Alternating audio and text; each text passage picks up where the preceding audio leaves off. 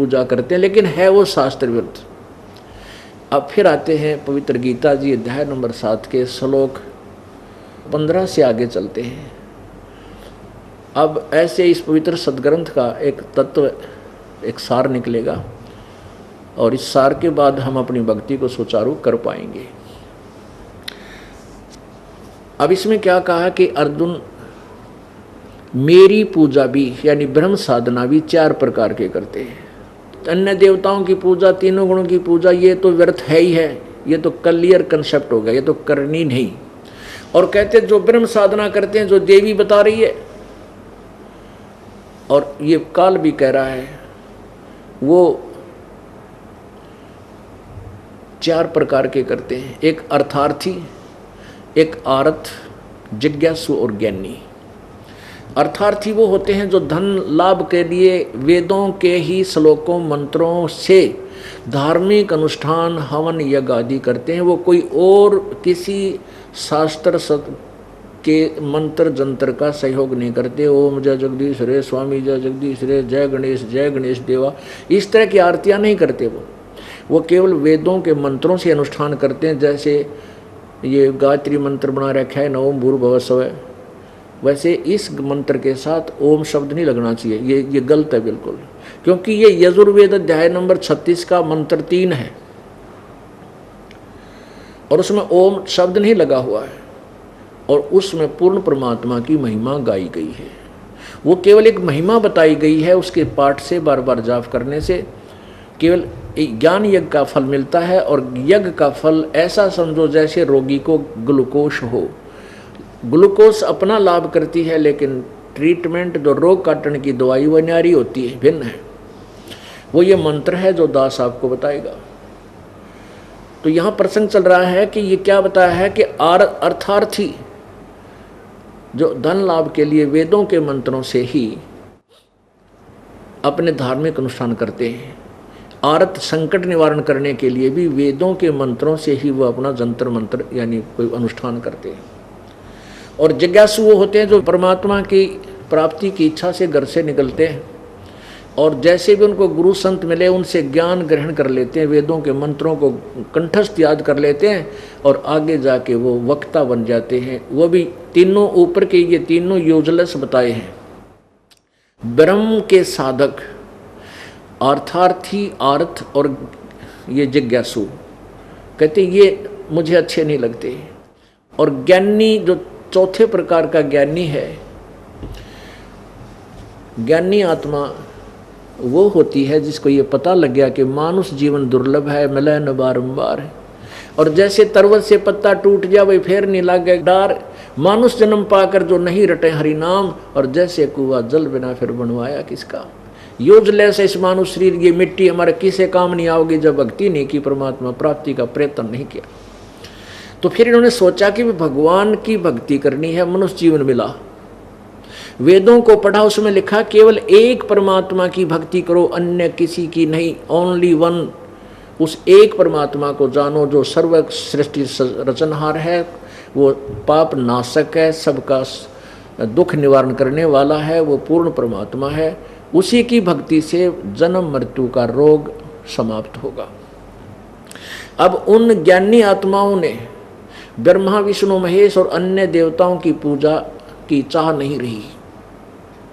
उन्होंने वेदों को पढ़ा, जैसा भी जिससे सुना, जैसे दुर्गा कह रही है, गुणगान तो कर रही है परम अक्षर ब्रह्म के, और उसको कभी अक्षर ब्रह्म बोल रही है, फिर कहती है ब्रह्म की साधना कर, उस परम अक्षर ब्रह्म का मंत्र बता रही है, ओम जाप, ओम मंत्र, ओम एक अक्षर, और कहती है वो ब्रह्म लोक में रहता है। है अब पुण्यात्माओं, यहाँ बिगड़ रही है सारी बात। भक्तों की कमी रही नहीं, जिन्होंने कई हजारों वर्षों तक अपना शरीर भी झोंक दिया भगवान के लिए, तपस्याएं की, कांटे हो गए, सूख कर दीमक चढ़ गई शरीर के ऊपर, बम्बई बन गए, लेकिन परमात्मा नहीं मिला। क्यों नहीं मिला? क्योंकि उनको तत्वदर्शी संत नहीं मिला। जो गीता जी अध्याय नंबर 4 के श्लोक नंबर 34 में कहा कि अर्जुन, जो चौथे अध्याय के 32वें श्लोक में जिस परमेश्वर की अमर वाणी यानी तत्व ज्ञान के विषय में कहा है, जिसमें विस्तार से सब अनुष्ठान के यज्ञों के विषय में जानकारी है, वो किसी तत्वदर्शी संत के पास जाकर समझ उन तत्वदर्शी संतों को दंडवत प्रणाम कर विनम्र होकर उनसे प्रश्न कर, वो परमात्म तत्व को जानने वाले, तत्व ज्ञान को जानने वाले वो तत्वदर्शी संत तुझे उस परमेश्वर की के बारे में जानकारी देंगे, फिर वो साधना कर। यही प्रमाण यजुर्वेद अध्याय नंबर 40 के श्लोक नंबर 10 से लेकर 13 में स्पष्ट किया है कि कोई परमात्मा को जन्म लेने वाला, कोई ना जन्म लेने वाला, कोई साकार कोई निराकार बताता है। इसका यथार्थ ज्ञान तो तत्वदर्शी संत ही बताते हैं, उनसे सुनो। इससे सिद्ध है कि पवित्र चारों वेदों और पवित्र श्रीमद् भगवद गीता का ज्ञान इनकम्प्लीट है, गलत नहीं है, अधूरा है, ब्रह्म तक की साधना का ज्ञान है। और इसलिए यजुर्वेद अध्याय नंबर 40 के श्लोक 15 मंत्र 15 में कहा है कि ओम कर्तु समर कलवे समर और कर्तुम समर। ओम नाम का जाप काम करते करते सुमन करो, विशेष कसक के साथ सुमन करो और अपना मूल कर्तव्य जानकर सुमन करो। तो उन ज्ञानी आत्माओं को जैसा भी अपने आप निष्कर्ष निकाला कि ओम नाम का जाप लिखा है यजुर्वेद में, यजुर्वेद से मंत्र तो ले लिया ओम, और वो मान लिया पूर्ण परमात्मा का, उस एक सर्वशक्तिमान एक भगवान का, एकम एक, जो और परमात्मा नहीं है उसके तुल्य, वो मान लिया उसका, और ओम नाम का जाप करने लगे। और फिर ये हठ योग कहाँ से ले लिया? ये घोर तप करना, ये किसी शास्त्र में नहीं है। जो घोर तप को तपते हैं वो शास्त्र विरुद्ध साधना है, वो नरक के भागी है। ये तप कहाँ से लिया इन ऋषियों ने? जब ब्रह्मा जी की को कमल के फूल पर रजगुण ब्रह्मा जी की उत्पत्ति दुर्गा और इस काल ने कर दी अपने दोनों के मिलन से, तो उसके बाद इसको कोमा में रखा, और जब ये बड़े हुए तीनों भगवान ब्रह्मा जी को कमल के फूल पर लेटा दिया, वहाँ इसको होश में ला दिया। ब्रह्मा जी कहते हैं जब मैं होश में आया तो मुझे नहीं मालूम मैं कहाँ से उत्पन्न हो गया, मैं तो कमल के फूल पर बैठा था। फिर सब कुछ देखा, इस कहीं और छोर पृथ्वी का मिला नहीं। तब मैंने सोचा भी मेरा क्या कर्तव्य है, इसे सब जगह जल ही जल है, मैं क्यों पैदा हो गया। तब आकाशवाणी हुई कि तप करो तप करो। कहते हैं ब्रह्मा जी के देवी पुराण में 3रे स्कंद में 4-5 अध्याय में कहते हैं कि मैंने 1000 वर्ष तक तप किया, और फिर क्या कहा, आकाशवाणी हुई अब सृष्टि करो। तो यही सब संवेद में लिखा है परमात्मा की सच्चिदानंद घन की वाणी में, तपो तपो कर वाक्य सुनाया, लोक रचो बल मेरी माया। उस काल ने तप तप तप तप का वाक्य बोला, और फिर जब तप कर गया, जब कहा कि अब सृष्टि कर, लोक रचो बल मेरी माया। अब वहां से तप ले लिया, क्योंकि जब तक तो ब्रह्मा को वेद मिले भी नहीं थे। अब वो तपो तपो का वाक्य जो आकाशवाणी हुई वो काल ने करी, ब्रह्म ने भ्रमित करने के लिए।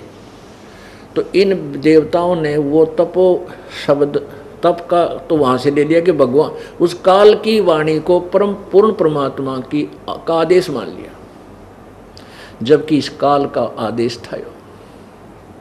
उसके बाद ये चारों वेद मिले, वेदों में ओम मंत्र पाया, तो इन सब ने यू खिचड़ी बना ली। ओम नाम तो ले लिया वेदों से पूर्ण ब्रह्म का जान के, और तप सुन लिया ब्रह्मा जी से उस आकाशवाणी मान के पूर्ण परमात्मा की। इन सब ने मिलकर फिर ये ओम नाम का जाप शुरू करने लगे बैठ के। ये कुछ देर तक जब मंत्र का हम जाप करेंगे, इससे कुछ अंदर हमारे आध्यात्मिक शक्ति उत्पन्न होती है।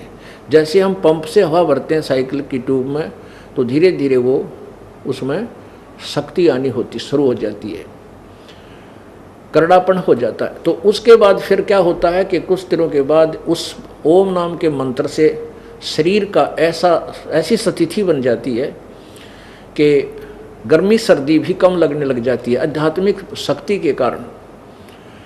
फिर ये क्या करते हैं, अपने आप धीरे धीरे अंदर टटोलना शुरू करते हैं। फिर इनका कोई कमल खुल जाता है।